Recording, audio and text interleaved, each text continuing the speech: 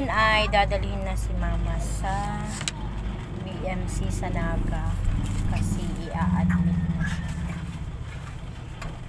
Kasi yung sugar ni mama is nasa 14.5 na po, mga mi.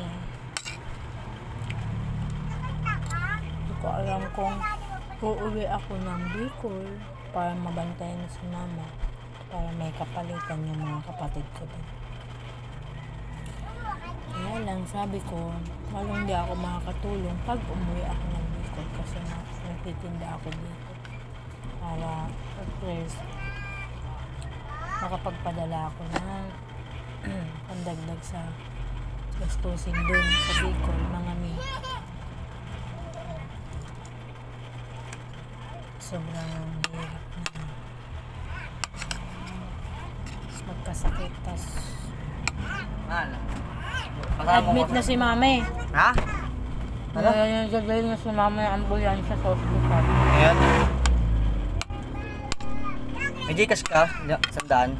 14.5 daw yung blood sugar niya. Dapat masyadong mataas na daw, dumoble daw.